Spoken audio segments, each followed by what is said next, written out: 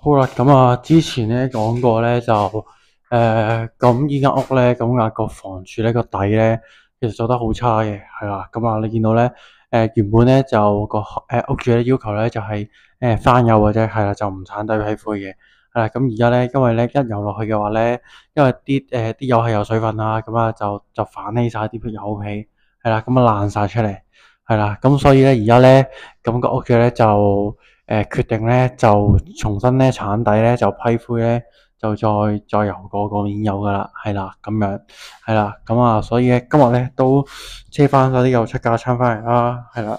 咁啊包括咧就有個七鏟，係啦，咁啊黑鋼刀片啦，係啦，覺得係最厲害依排噶啦，係啦，透明銀色嗰啲就唔用嘅，係啦，咁啊跟住就化白水啦，踩牆補啦。乾油啦，呢啲水乾油啦，呢個油乾油啦，跟住之後咧就呢個用松子水開嘅，一個用水開嘅，係啦，跟住幾桶灰咁樣，係啦，咁啊車住過嚟，咁啊準備咧就開波咧做埋油漆噶啦，咁鏟嘅話咧就除咗嗰個牆身啦，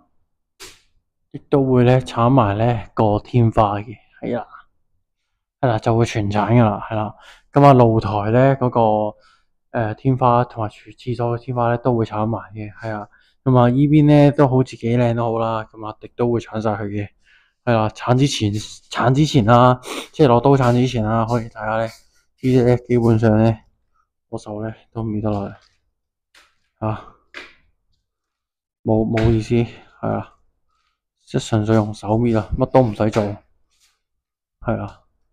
呢度咧已經咧，其實叫做自己係底嚟噶啦。呢啲已經唔算係灰嚟，即係已經係變咗石屎噶啦，係啊，係啊，即係一層好薄薄嘅灰，揩上去咧就有咯。但係好似可能冇索底有啩，係啊。基本上咧一搣咧都已經搣得晒噶啦，係啊。咁如果你係輕輕地啦，乜都唔搽啦，嗰個鏟刀咧輕輕地噴嘅話咧。係啊，咁已經甩晒成幅啦，係啊，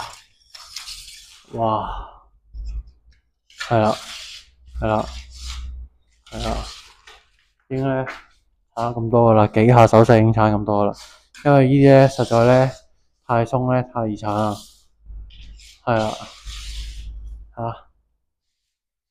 哇，哇，哇，乜都冇啊，都已經差唔多啦，又用嗰塊白水用得了嘅。哇，唔得用力嘅大佬，單手嘅，係啊，好啊，咁啊唔差咁多啦，咁啊戴翻口罩，戴翻頭巾咧先開始做啦，係啊，始終啲好多塵喺度，係啦，好，咁啊執好架撐咧就開波開始鏟牆啦。